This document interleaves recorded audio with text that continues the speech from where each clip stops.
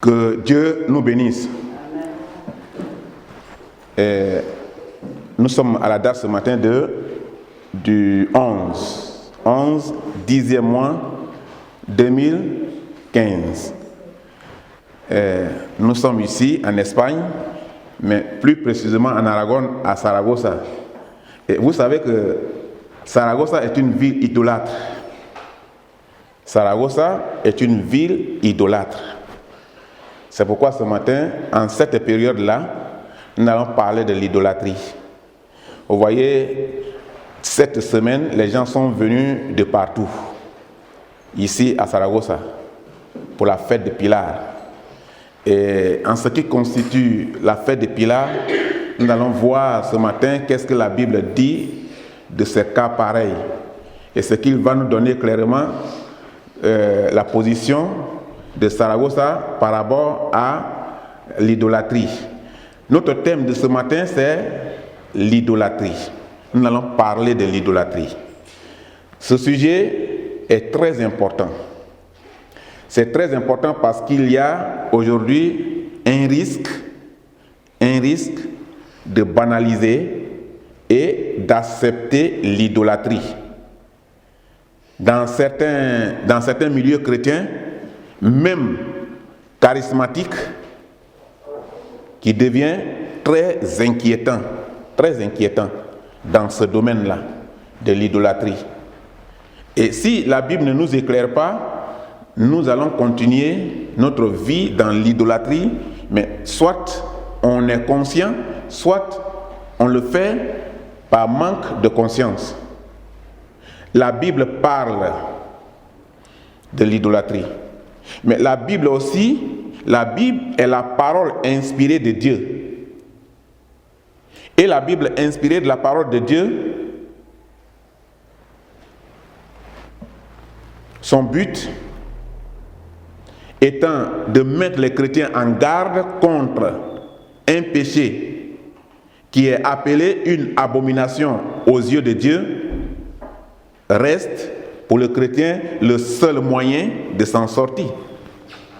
Parce que sans la Bible, tu ne peux pas être éclairé sur la situation. On a des parents qui sont idolâtres depuis longtemps. Et d'autres restent même idolâtres jusqu'à la mort. Parce que simplement, il manque la connaissance ou il manque l'enseignement sur le dossier, dans le domaine de l'idolâtrie, par rapport à la parole de Dieu. Nous allons lire dans Deutéronome 29. Deutéronome 29, verset 17. Et vous voyez, dans Deutéronome 29, verset 17, la Bible parle clairement d'idolâtrie. Vous avez vu leur abomination et leur idole, le bois et la pierre, d'argent et d'or, qui sont chez elles. Vous voyez, la Bible est claire dans ce domaine d'idolâtrie. Vous avez trouvé le passage? Vous n'avez pas trouvé? Deutéronome 29, 17. Qui a trouvé parmi vous? Deutéronome 29, 17. Vous n'avez pas trouvé? Vous avez trouvé? Deutéronome 29, chapitre 29, verset 17.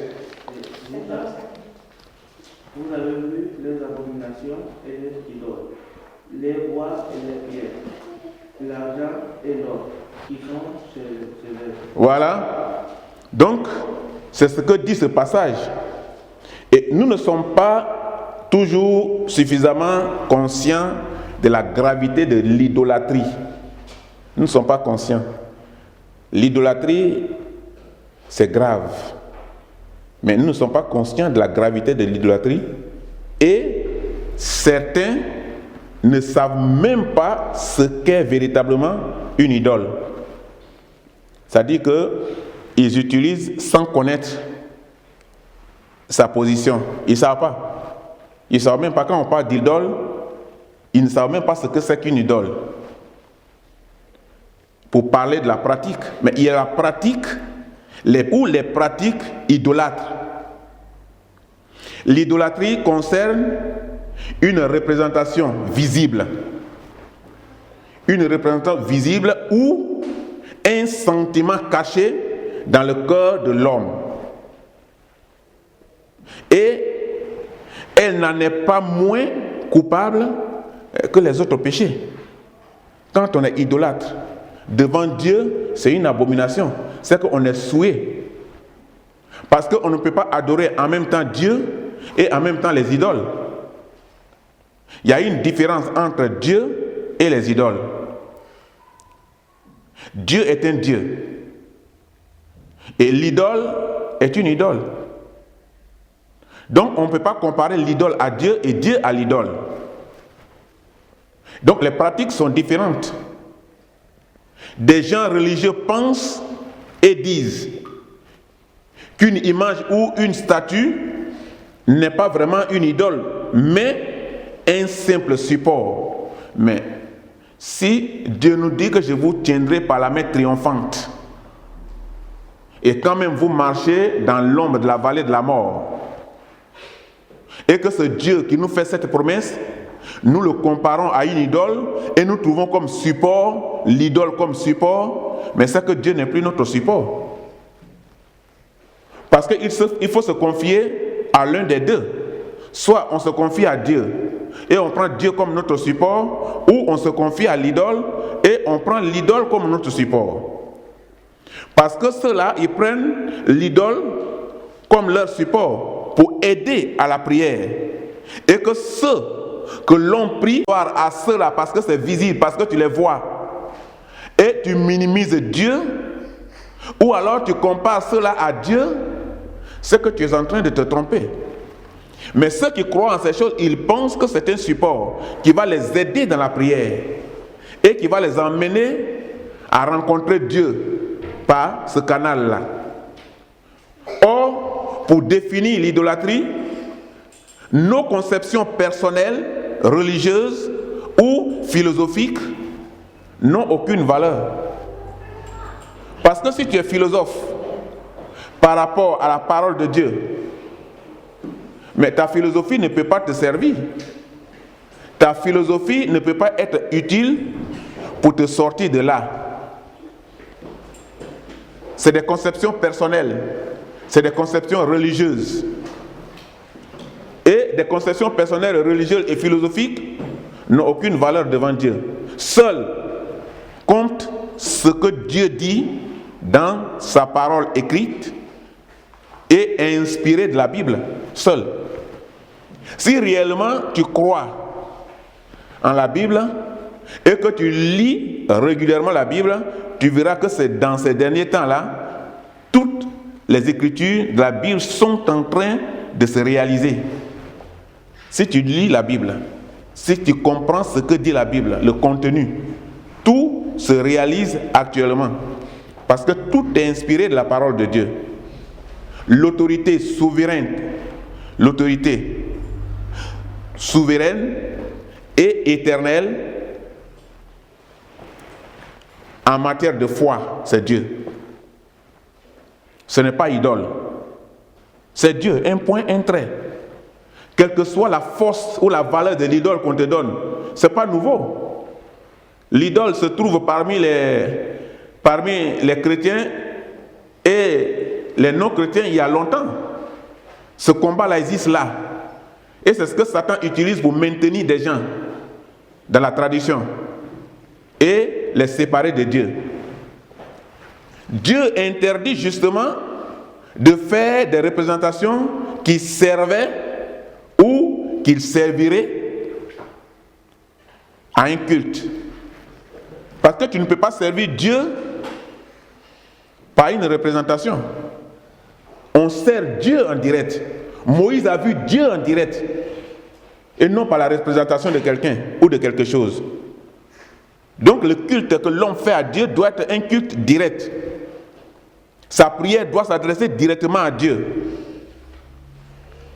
Et c'est le deuxième commandement de Dieu à l'humanité tout entière, sortie de l'idolâtrie pour adorer le Seigneur lui-même. Et nous allons lire dans Exode 20, verset 4. Exode, chapitre 20, verset 4. Qu'est-ce que la Bible vous dit?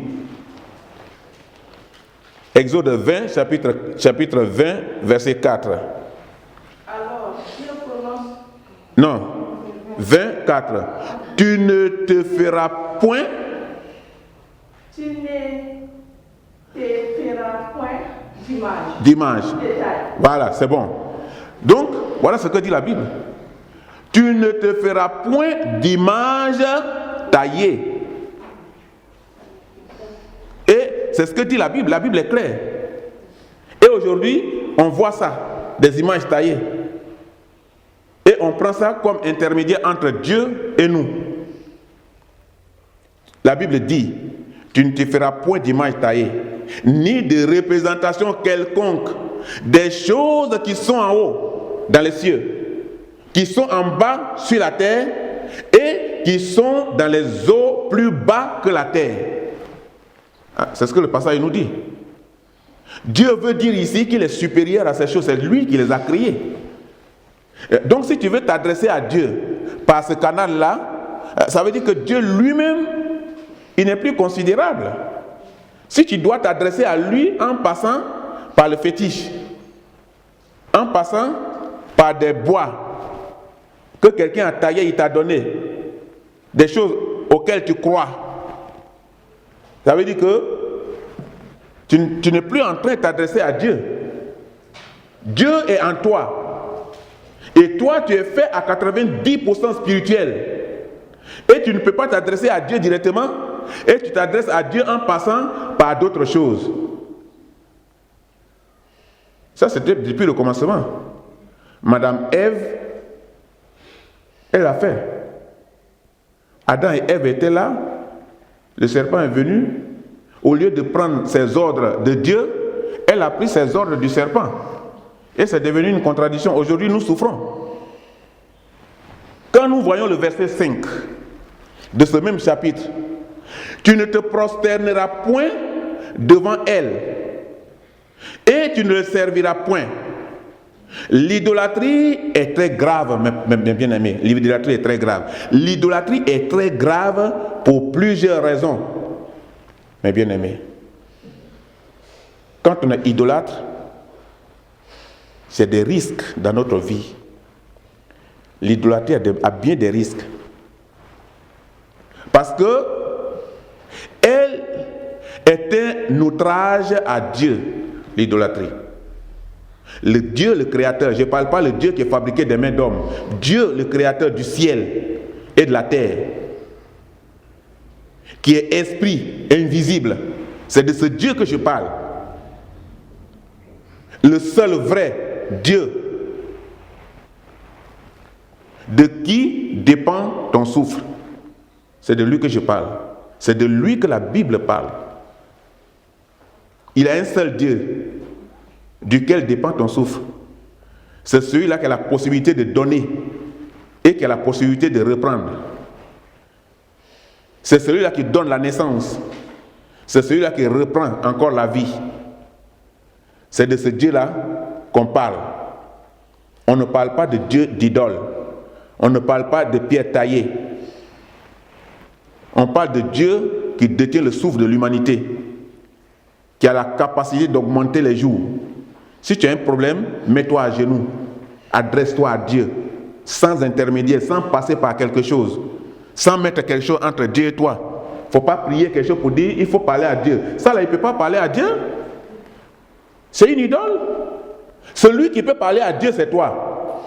La puissance qui doit être dans une idole vient de Satan. Donc, Satan et Dieu sont deux personnes différentes. Donc, ce n'est pas Satan qui va venir parler à Dieu à ta place.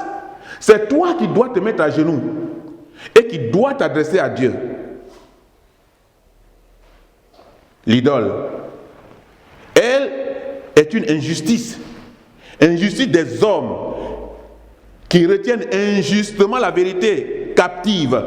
On ne veut pas cette vérité-là et on ne veut pas la propager et on la tient captive.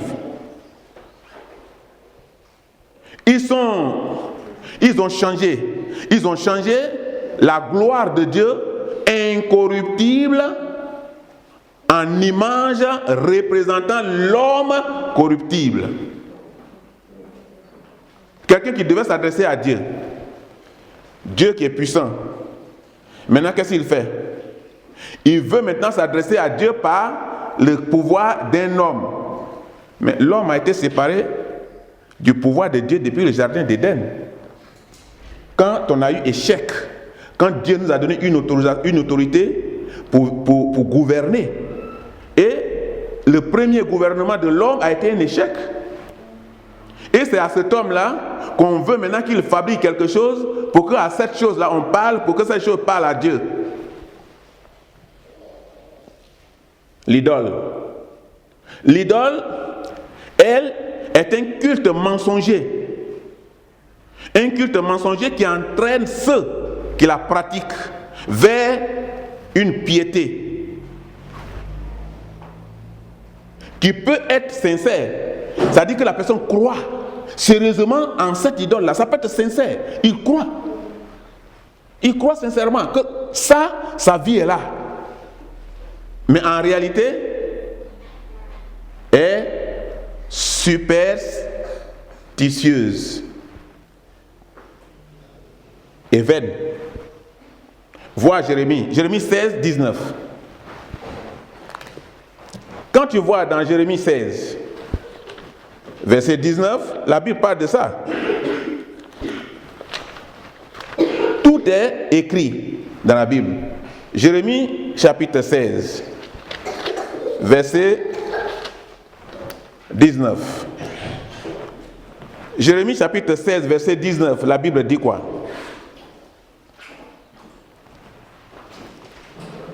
Éternel. Jérémie 16, 19. Vous avez trouvé? 16, 19. Qui a trouvé la partie? La Bible dit quoi?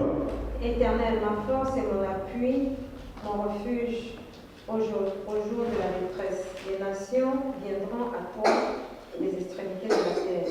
Et elles diront, nos pères n'ont point et n'ont hérité que le mensonge. De vaines idoles qui ne servent à rien. Des vaines idoles qui ne servent à rien. Donc nos pères ont écouté que du mensonge.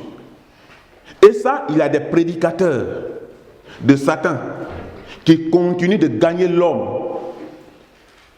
Et l'homme continue de croire que l'idole aussi a une bonne position dans la vie de l'humanité. Dieu a toujours mis son peuple en garde contre les idoles. Et quand nous voyons Lévitique 26, verset 1, Lévitique 26, verset 1. Lévitique 26. 26, verset 1. La Bible dit quoi? Dans Lévitique 26, verset 1. Vous ne vous ferez point d'idole. Vous ne vous élèverez ni image taillée, ni statue, et vous ne placerez dans votre pays aucune pierre ornée de figure pour vous prosterner devant elle, car je suis l'Éternel, votre Dieu. La pierre ornée, où est-ce qu'on trouve ça? Toi, tu es mieux placé pour nous dire ça. Où est-ce qu'on trouve la pierre ornée? Où les gens sont morts en milliers en milliers et des milliers de personnes sont mortes dans ces temps. C'est où? À la Mecque. C'est la pierre ornée qu'on s'en va adorer là. C'est ça, la pierre ornée. Et la Bible dit, vous ne devez pas placer ça dans votre pays. Et la pierre ornée, c'est le lieu de pèlerinage musulman. Mais aussi, vous qui vivez en Espagne, c'est la ville de Saragossa qui est la ville idolâtre de la pierre ornée aussi. Il y a un élément ici, dans cette ville, que les gens viennent adorer de partout. J'ai croisé les Français là. Une fois, ils disent, vous êtes venus d'où? On dit, nous sommes de la France. Moi, je l'ai vu en train de parler français. Et j'ai dit, mais vous faites quoi ici? Et on est venu adorer Pilar. Vous voyez? Ils sont venus adorer Pilar. Pilar c'est une représentation. C'est pas Pilar que vous voyez au dehors là. Hein? Au dehors là, c'est la représentation de la Pilar qui est à l'intérieur. Là-bas, n'importe qui ne rentre pas. Si tu rentres là-bas, tu vas pour faire les offrandes, mais toi-même, tu ne vas pas rentrer pour voir. Il y a une fenêtre. C'est ma femme qui est rentrée par curiosité une fois. Elle s'est mise dans le rang, elle est rentrée. Et elle a vu là-bas que Pilar, on ne la voit pas. Il y a une fenêtre, là, on passe pour laisser les enveloppes. Et on fait une représentation pareille. Et on croit qu'il y a Dieu là-bas. Ici, toute cette semaine, il y a des églises qui seront vides aujourd'hui.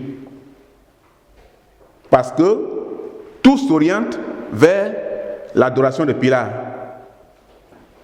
Ce que vous appelez Pilar. Pilar veut dire quoi? Vous qui avez fait l'église catholique. Pilar veut dire quoi? Quand vous voyez la photo là, c'est quoi? Je crois que c'est un grand roi. Non. La photo que vous voyez là, c'est quoi? La photo qu'on met au bout. C'est la photo de Marie. Vous voyez? C'est ça. Mais donc, ça veut dire que tout le travail est déguisé. Dans la Bible, il est question d'un culte rendu à des personnages. À des personnages ou créatures à la place de Dieu. On vient donner des fleurs à Pilar. Comme on donnait des fleurs à l'époque à Baal. C'est la même chose, il n'y a pas de différence. Comme Moïse restait sur les montagnes et Aaron fabriquait un autre Dieu, il dit envoyez, allez, dépouillez-vous, envoyez l'or, on va fabriquer un Dieu. Et ils ont fabriqué, le temps que Moïse revienne des montagnes, pendant que Moïse est à genoux, en train de voir Dieu vis-à-vis. Pendant cela, d'autres ici sont en train de renouveler la doctrine charnelle en des personnes pour croire et les conserver. Donc, on assiste aujourd'hui de plus en plus à ce culte. Des gens qui veulent croire en Christ, mais aussi garder leur tradition religieuse. Il dit, je crois en Christ. Mais en dehors de ça, je garde ma tradition religieuse. Tu ne peux pas faire les deux à la fois. Paul était religieux. Et c'est sur la route de Damas que Jésus s'est présenté à lui. Il dit, mais Paul, tu es en train de persécuter mes enfants. Pourquoi? Ah, ça a été Dieu pour lui. Sa conversion est venue de là. Et aujourd'hui, vous voyez, l'église catholique ne permet pas que le prêtre se marie. Et ça a donné des scandales partout. Des scandales. Les prêtres sont en train de faire vraiment le désordre. Plein de désordres sont en train de faire. Parce que simplement, on a créé une loi à l'intérieur et on dit que le serviteur de Dieu n'a pas le droit de se marier. Mais le désordre qu'ils sont en train de faire, c'est par rapport à qui? À l'exemple de Paul. Mais Paul, c'est à partir de la route de Damas que Paul est devenu célibataire. Paul était marié. Et ses parents ont dit, ah, ta manière de servir Dieu maintenant, si c'est ça, on t'arrache la femme. C'était quoi? Une preuve, dans l'intention de le ramener. Mais il a continué parce qu'il voulait son salut. Et manque d'enseignement, manque de doctrine, les gens ne cherchent pas loin, ils continuent. Donc, Paul n'a pas voulu garder sa tradition religieuse. Il a cru. Et c'est lui qui a écrit la plus grande partie du Nouveau Testament. Mais quel rapport y a-t-il entre le temple de Dieu et les idoles? Mais c'est justement parce que les chrétiens de Corinthe continuaient de mélanger le culte à Dieu et aux idoles. Ils les mélangeaient. Et c'est pourquoi Paul étant converti, en réalité, c'est beaucoup basé sur l'église de Corinthe, dans l'enseignement. Parce qu'il les connaissait et il voulait les emmener vraiment à la repentance. Quel était le message le plus important de Jean-Baptiste au désert? Repentez-vous. Repentez-vous. C'était le message le plus important de Jean-Baptiste. Et c'est repentez-vous là qui a tué Jean-Baptiste. Parce que la mère, la fille du roi qui a demandé la tête de Jean-Baptiste, ils sont allés le décapiter dans la prison. C'est à cette femme-là, Jean-Baptiste a dit, il faut être repenti. Elle a gardé en mal. Et le jour, le roi a dit à sa fille, ah vraiment, à cet anniversaire-là, tu as bien dansé. Tout ce que tu veux, je te donne. Maman, papa dit, tout ce que je veux, il me donne. Va dire que tu veux la tête de Jean-Baptiste. Mais est-ce que c'est ça qui peut faire la gloire ou un plaisir à cette fille? Ils sont allés décapiter Jean-Baptiste dans la prison, préparer sa tête, mais sur le plat, on a envoyé à la fille, elle a envoyé à sa mère. La Bible n'a pas déterminé s'ils ont mangé ou non. Quel rapport y a-t-il entre Dieu et l'idole? Et quand nous n'avons pas une intimité avec Dieu, vous devez avoir une intimité avec Dieu. Matin, tous les matins, prenez vos Bibles. Cherchez vos relations avec Dieu. Cherchez que Dieu vous parle avant de sortir. Ayez une intimité avec Dieu. Prenez le temps de jeûner, le temps de prier, le temps de rencontrer le Seigneur pour qu'il vous parle. Ça, c'est avoir une intimité avec Dieu. Il faut avoir une intimité avec Dieu. Et nous pensons que, quand on n'a pas cette intimité, nous pensons que tous les moyens sont bons pour parler au Créateur. Et d'autres parlent à Dieu par des idoles. D'autres parlent à Dieu par des fétiches. D'autres parlent à Dieu par des coris. D'autres regardent dans le miroir. D'autres regardent dans tes mains. Et d'autres parlent. Et ils pensent que tous les moyens sont bons. D'autres se réveillent ce matin. Le matin, ils ouvrent leur valise. Ils sortent d'abord quelque chose et qu'ils vont utiliser. L'autre cherche l'eau bénite. L'eau bénite est chère dans le temple de christianisme terrestre. Moi, je ne les appelle pas célestes, les christianistes terrestres. L'eau bénite est chère là-bas. L'eau bénite se trouve à l'Église catholique aussi. L'eau bénite est chère. Et est-ce que c'est l'eau bénite ou c'est Jésus-Christ, le sang de Christ? On doit savoir la différence. Mais il faut qu'on soit enseigné. Parce que le mot idole, ça peut désigner différentes choses. Ça peut désigner différentes choses. Ce n'est pas seulement le petit bois que le type fabrique pour te donner là. Mais ça peut être aussi autre chose que ça. Parce qu'en général, l'idole représente une créature que l'on place au-dessus des autres pour l'adorer, la vénérer, l'honorer et la prier.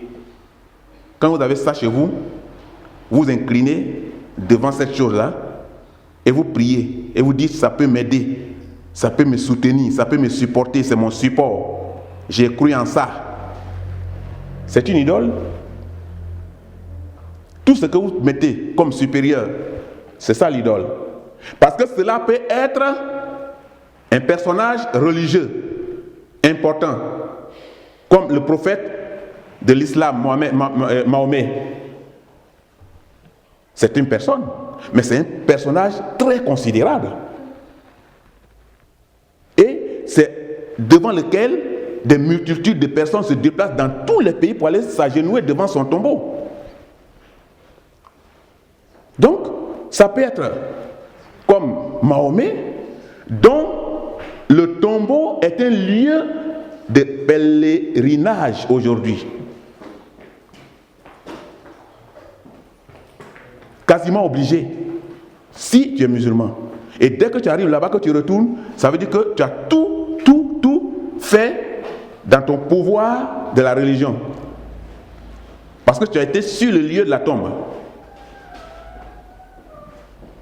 Le pape, pour les chrétiens à Rome, avant on dit, tout chemin arrive à Rome, mais tout chemin n'arrive plus à Rome. Pour voir le pape, il faut aller à Rome. Mais c'est le pape même qui se déplace maintenant. Et si vous constatez, le déplacement de pape, c'est plus supérieur au déplacement d'un président de la République.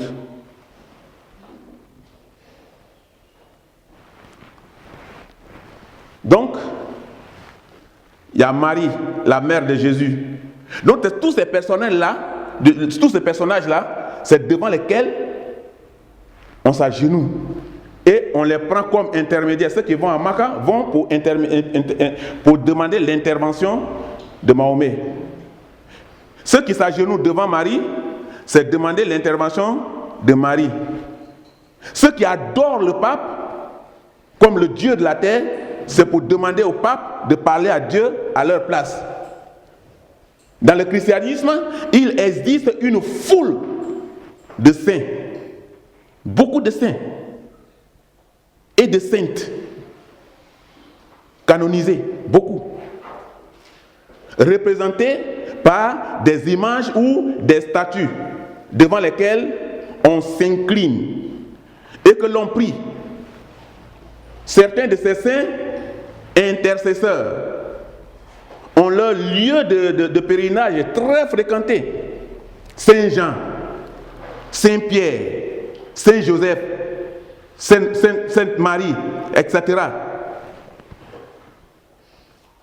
Les religions qu'on appelle païennes, par exemple, ou animistes, ont des lieux dans tous les objets de la nature où ils s'en vont adorer. Des animaux, des astres, soleil, lune, étoiles, un arbre sacré ou d'autres objets de piété devant ou servant à la prière. Il y en a beaucoup. Et ils croient en ça. Ils s'agenouillent, ils croient. Quand tu lui parles de Christ, il te refoule. Tu lui parles de quelle religion, il te refoule parce qu'il a sa religion là. C'est une religion, l'idolâtrie. Et quand tu es ancré, forcément dans cette religion, on t'a initié pour sortir, c'est des problèmes. Parce que le diable, il a la clé de ta vie maintenant. Et tu es piégé. Pour ce qui concerne le christianisme, des crucifix, des chapelets, des médailles, l'ostensoir, avec son hostie, ou autre scapulaire protecteur que le chrétien utilise aujourd'hui à la place de Dieu ou comme intermédiaire entre Dieu et eux. Demandez à un musulman le chapelet, qu'est-ce que ça signifie, il va vous expliquer. Il doit compter combien de machins par jour au cours de la prière et après la prière. Demandez au chrétien, qu'est-ce que c'est que le chapelet, il ne connaît pas. Parce qu'il dit que c'est une intermédiaire pour soulager sa prière, un support. Et pour s'adresser à Dieu, on s'adresse à Dieu par le canal de quelque chose, par manque d'enseignement. Et on dit que c'est ma tradition. Quand on devient chrétien, on n'est plus chrétien de tradition. On est chrétien pour être sauvé. Il y a aussi une forme d'idolâtrie plus subtile qui consiste à élever une chose ou une personne à la première place dans notre vie. On lui donne une place supérieure, que ce soit chose ou personne, à la place de Dieu. Et on croit en ça, plus supérieur, plus important que Dieu. Les Égyptiens, ils adoraient des statues représentant leur Dieu. Et jusqu'à aujourd'hui, ils continuent. Les Indiens, les Chinois, etc. Quand vous rentrez dans leur domaine, vous voyez que l'homme est perdu. Les Chinois adorent des idoles. C'est leur Dieu. Il faut te méfier. Les Indiens, c'est pire. Il y a des gens même qui s'assoient chez eux pour commander des médailles en Inde. Il y a des Indiens qui peuvent s'arrêter là aujourd'hui et ils peuvent te faire apparaître ici un homme devant toi par un oiseau. L'oiseau vient, il arrive là devant toi et après il se transforme en homme pendant que tu es dans ta maison fermée. Et il te dit c'est toi qui as dit comme ça et on va t'envoûter à partir de là. Les Africains le font aussi. Les Africains le font. Ils t'emmènent la mouche cessée.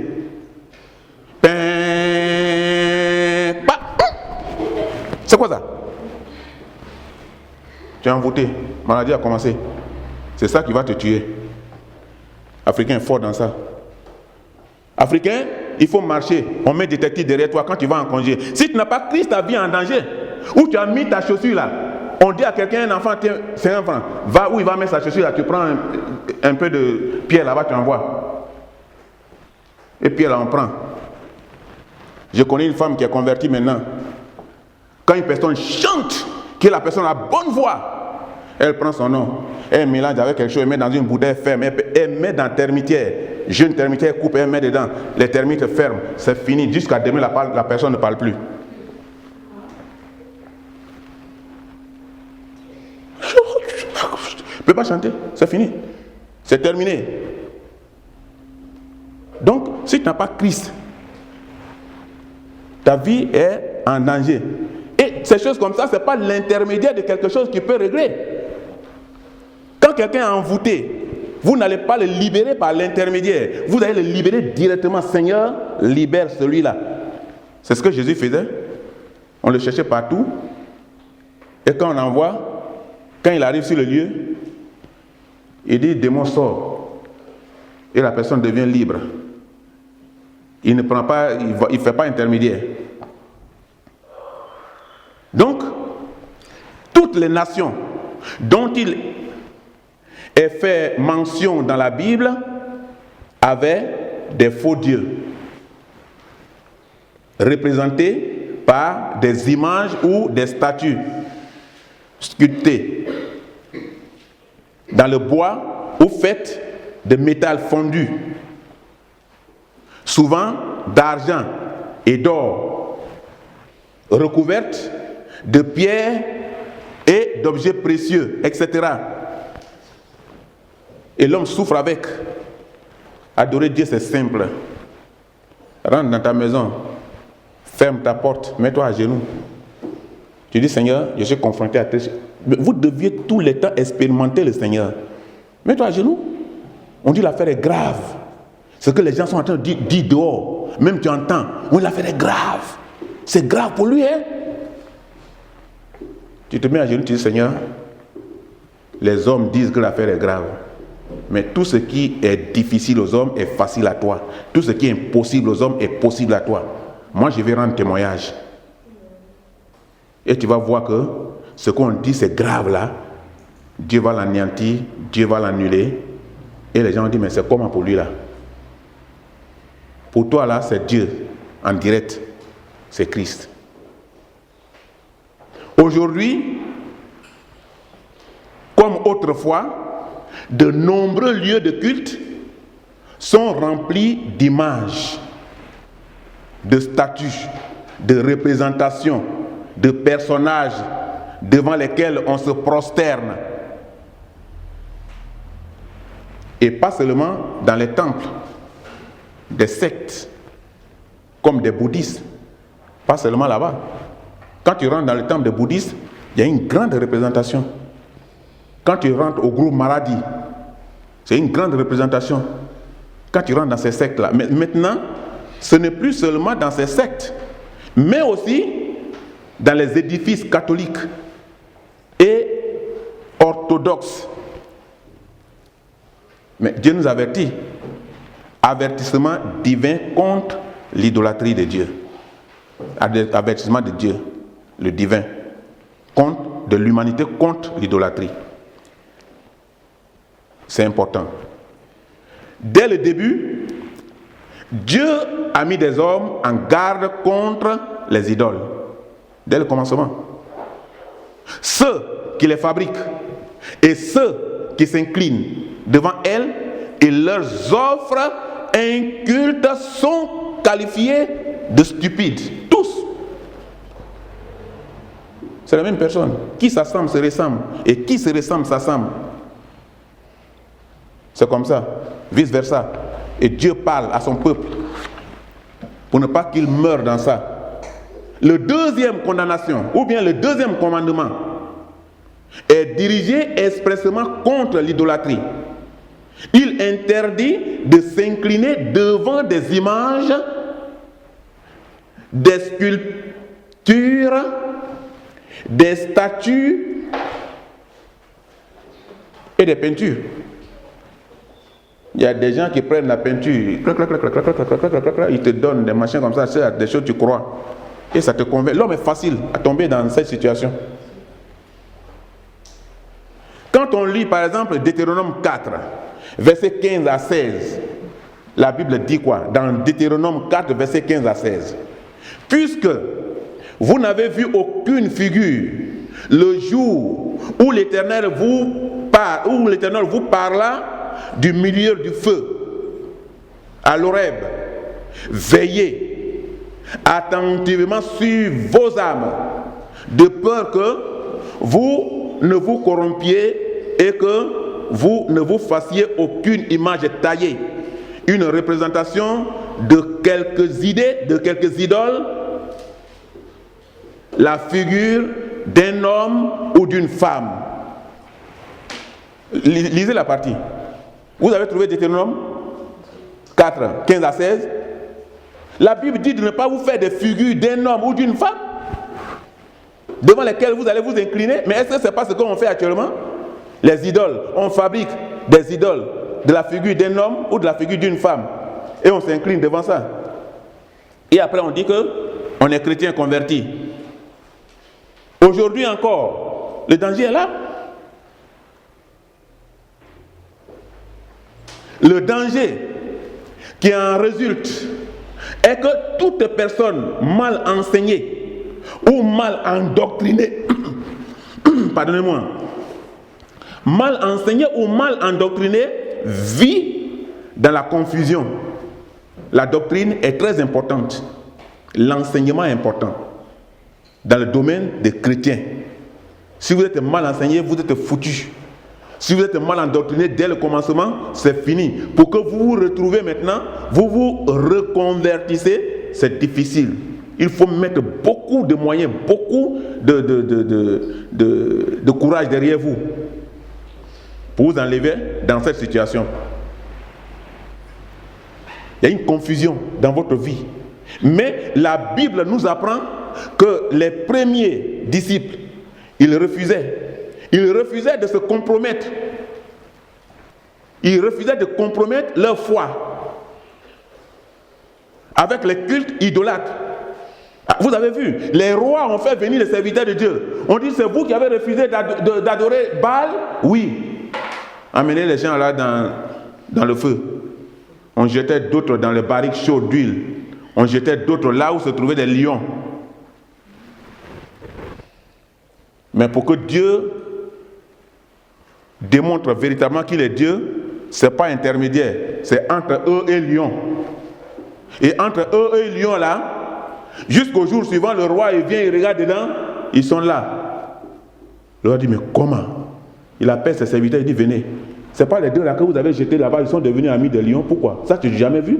Ça veut dire que votre Dieu de Baal là n'est pas vrai alors. Enlevez-moi, sortez les gens là.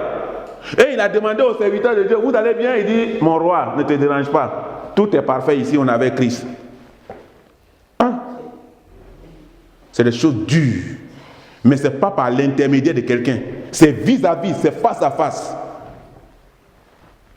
Le roi a dit, sortez. Quand ils sont sortis, le roi a dit, bon, on va faire une autre expérience. Vous là, on va vous jeter aussi dedans. Vous m'avez trompé. Et à chaque fois qu'ils arrivent, ils n'arrivent pas à terre. Les gueules des lions sont déjà ouvertes. On les déchire en minute. On les déchire. Les lions ont faim. Donc, c'est seul, direct avec Dieu qui marche. Ce n'est pas l'intermédiaire de quelqu'un.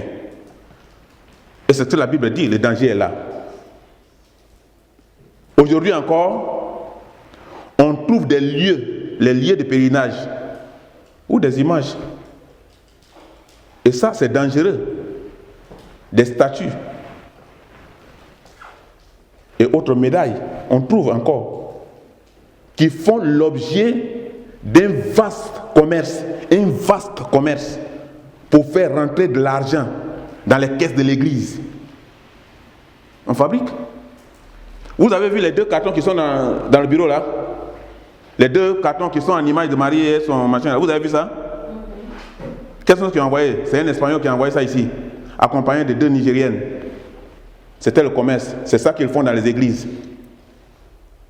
Quand ils représentent l'échantillon, quand ça vous intéresse, maintenant vous payez de l'argent et on vous propose tout ce que vous voulez. Et on envoie. Et vous chargez votre église de statuts. Quand ils sont arrivés ici, il a déposé ici, j'ai jeté dedans là-bas. Il a passé 1 mois de culte. Il n'a pas vu, il m'a appelé. Je lui ai dit, il faut te patienter. Le temps, je pourrais jeter devant lui, mais le temps qu'il vienne pour écouter la parole. C'est une sœur de l'église là, qui s'est approchée de lui et dit, cela, c'est nous qui sommes catholiques, hein. Ceux-là, ils ne sont pas catholiques. Il ne faut pas gâter ton temps, ils ne vont pas te payer ça. Hein. Elle a parlé, j'étais là, j'étais en train d'écouter. Ils sont assis là-bas, ils ont parlé. Et le monsieur est parti pour toujours. Parce qu'il venait faire son commerce avec des statuts dans l'église. Ça marche dans beaucoup d'églises. Mais il n'y a pas de Saint-Esprit. Parce que si tu n'es pas enseigné, tu payes. Et pour orner l'église. Et l'église maintenant devient une maison de statues, d'idoles. Et vous devenez tous des idolâtres. Ça n'a pas marché. Et les gens se font beaucoup d'argent avec ça. Il y a des églises qui fabriquent beaucoup de choses. Et les chrétiens payent pour faire rentrer l'argent dans la caisse. Et les chrétiens amènent à la maison, ils se mettent devant ça, ils adorent, ils prient, ils sont perdus. Et on fait perdre ces âmes à cause de l'argent pour faire remplir la caisse de l'église. Les gens religieux qui ont besoin de fixer leur imagination font des représentations des personnages qu'ils invoquent, qui sont autant de mensonges, en ce sens qu'en elle-même, l'idole n'est que du bois, de la pierre, du métal ou quelques autres matières. C'est ça qu'on appelle l'idole. C'est quelque chose que quelqu'un fabrique. Et il te donne et tu crois. Tu mets en cela ta foi. Nous ne devons pas faire de représentation de personnages ou de créatures pour servir à un culte. Non. Nous devions saisir le sang de Christ, le Saint-Esprit, parler à Dieu. Ce n'est pas passer par quelqu'un pour faire un culte. Nous ne devons pas faire une représentation. Nous ne devions pas faire non plus l'image représentant Dieu ou le Seigneur Jésus-Christ. Impossible. Ça ne marche pas ensemble. Ce n'est pas la même chose. Comme des supports à notre foi. Ta foi ne dépend pas d'idole. Ta foi dépend de ton salut, de ta croyance en Dieu. À nos prières et à notre adoration selon ce qui est écrit dans la Bible, adresse-toi au Seigneur et non aux idoles. Dans le livre de Jean, Jean 4, versets 23 à 24. Mais l'heure vient. Jean 4, 23 à 24. Mais l'heure vient. Et elle est déjà venue. Où les vrais adorateurs adoreront le Père en esprit et en vérité. Car ce sont là des adorateurs que le Père demande. Ceux qui vont adorer Dieu en esprit et en vérité. Pas ceux qui vont adorer Dieu à travers l'idole. En esprit. Dieu est en toi. Esprit et vie. Dieu est esprit. Et il faut que ceux qui l'adorent en esprit et en vérité. Donc pourquoi encore, toi qui es à 90% spirituel, tu dois t'adresser à Dieu par le canal de quelque chose, alors que Dieu est esprit.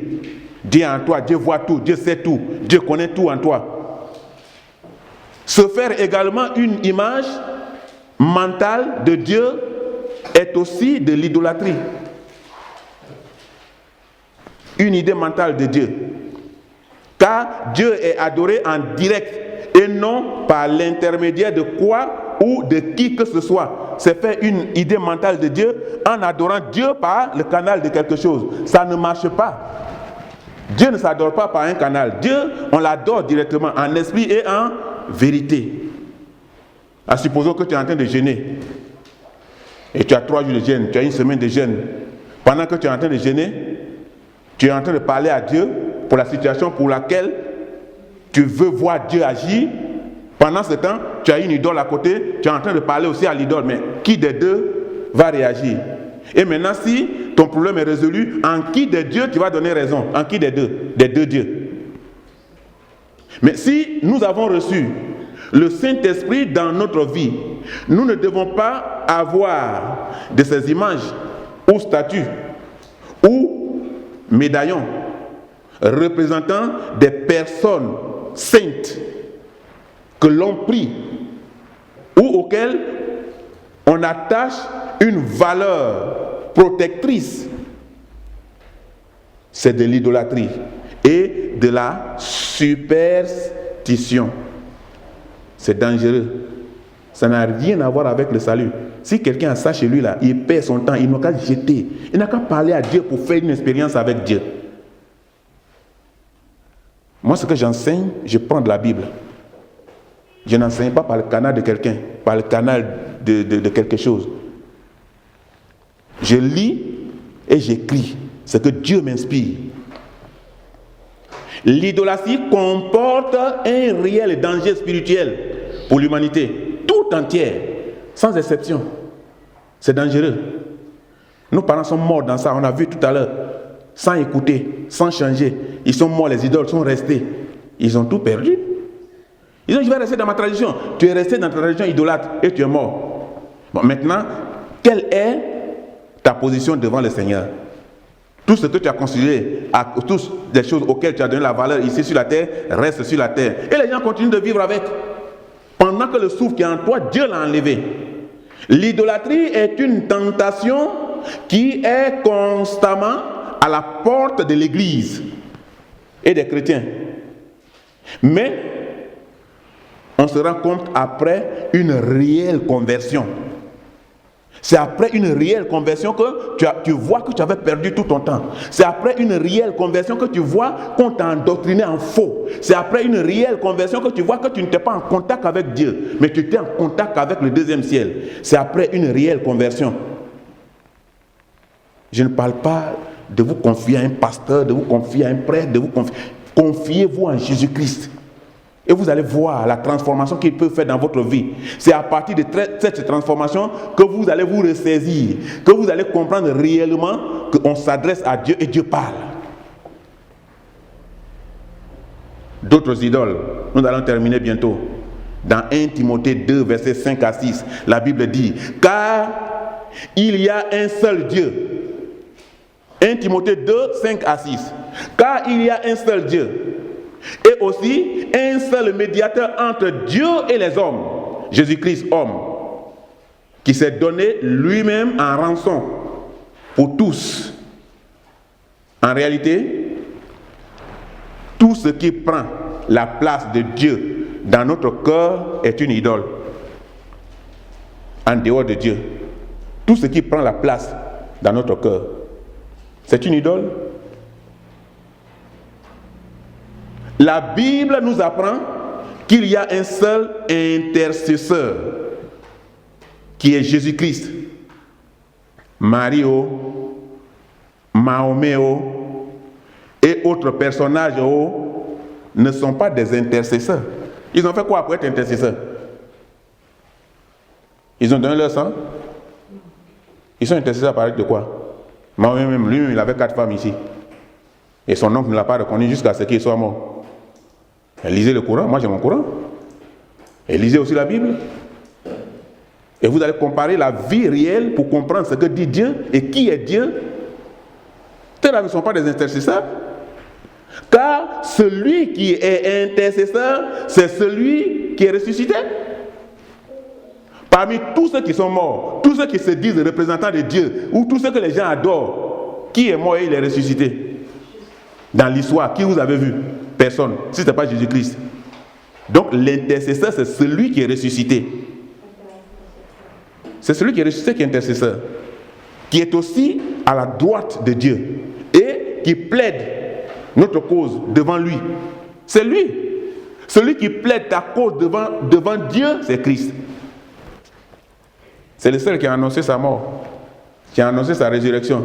Ici même, tu vas dire à quelqu'un, aujourd'hui là, cette année-là, vraiment, on a vécu un peu beaucoup, d'ici l'année prochaine, on va mourir. C'est toi, ça qui va mourir, maudit. Il va commencer à te maudire. Toi, ta bouche, ça va retourner sur toi. Tu as dit quoi? On va mourir. C'est toi qui vas mourir. Mais pourtant, il sait qu'il va mourir. Mais il faut lui dire que demain, on va mourir. Tu vas voir. Lui, il pense à ses projets, il pense à sa femme, à son époux. Il pense à ses enfants, il pense à son travail. Il pense à son argent. Et toi, tu dis, il va mourir. Mais dis donc, tu es malvenu. C'est toi qui vas mourir. C'est ce qu'il va te dire. Donc, nous devions nous confier à celui qui est assis à la droite du Père. Et pour conclure, voici quelques conseils de Dieu. Si vous avez pratiqué l'idolâtrie, si vous êtes adressé à Dieu par l'intermédiaire de quelqu'un ou d'une image, demandez pardon à Dieu et détournez-vous de ce péché. C'est un péché. Et c'est un péché, quand l'homme est dedans, il est dans un péché continuel. Détournez-vous. Si vous avez des images, des statues, des objets servant à pratiquer le culte, débarrassez-vous. Débarrassez-vous-en. De peur que ces choses ne deviennent un piège pour votre salut. Car c'est un chemin d'égarement. D'autres ont peur. Parce qu'on leur a dit ce que je t'ai donné là. Si tu as jeté, en tout cas ça c'est ton problème. Ce qui va t'arriver, tu connais. Donc, quand la Bible, Dieu parle à travers la Bible, il arrive à la maison, il regarde la chose là. Il veut jeter, mais il pense aussi à ce qu'on lui a dit là. Il faut jeter, il n'y a rien. Et d'autres prennent, ils veulent aller jeter leur main, la trempe comme ça, après il remet à la place.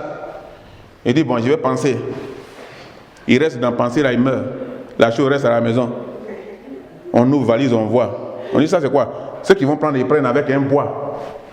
Prends un bois comme ça et puis on met soit dans la poubelle ou soit on brûle. Parce que ça ne peut pas libérer quelqu'un dans la famille. Ça n'a pas de valeur. Donc, c'est un chemin d'égarement. Ne vous prosternez pas. Ne vous inclinez jamais devant une image, une statue ou une personne pour lui rendre un culte. Jamais. Prosternez-vous devant Dieu, devant Jésus-Christ. N'acceptez pas que l'on prie pour vous en un autre nom que celui du Seigneur Jésus-Christ. Il est en train de vous communiquer une malédiction. C'est dangereux. N'acceptez pas des choses comme ça.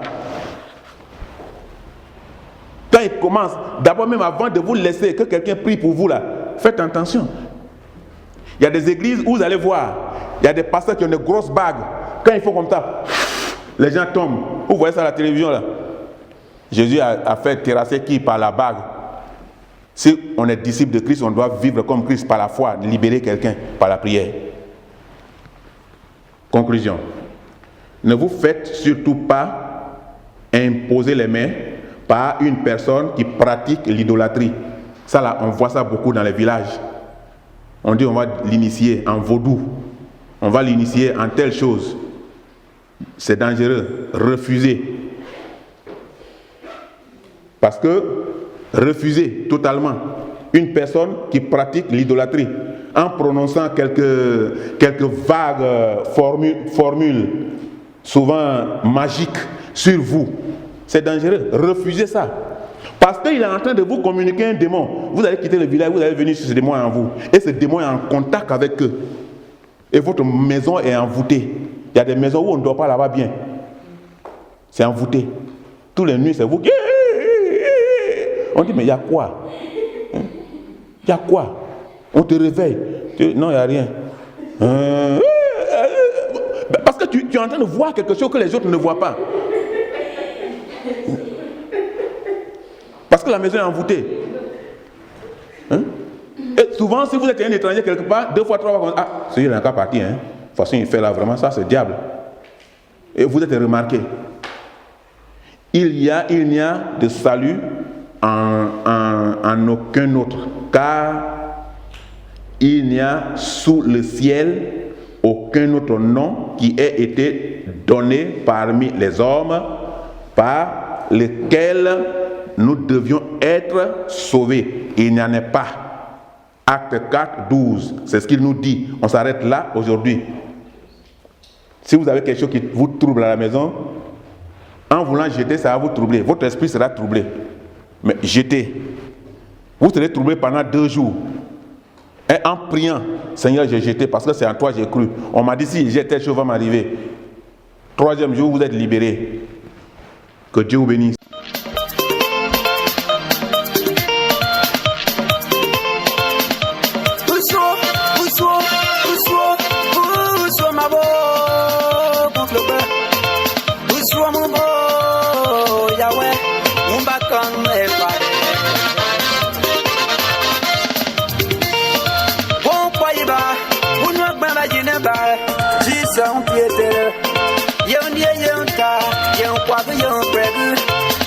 Pietera, Rupaya Capone, Magua.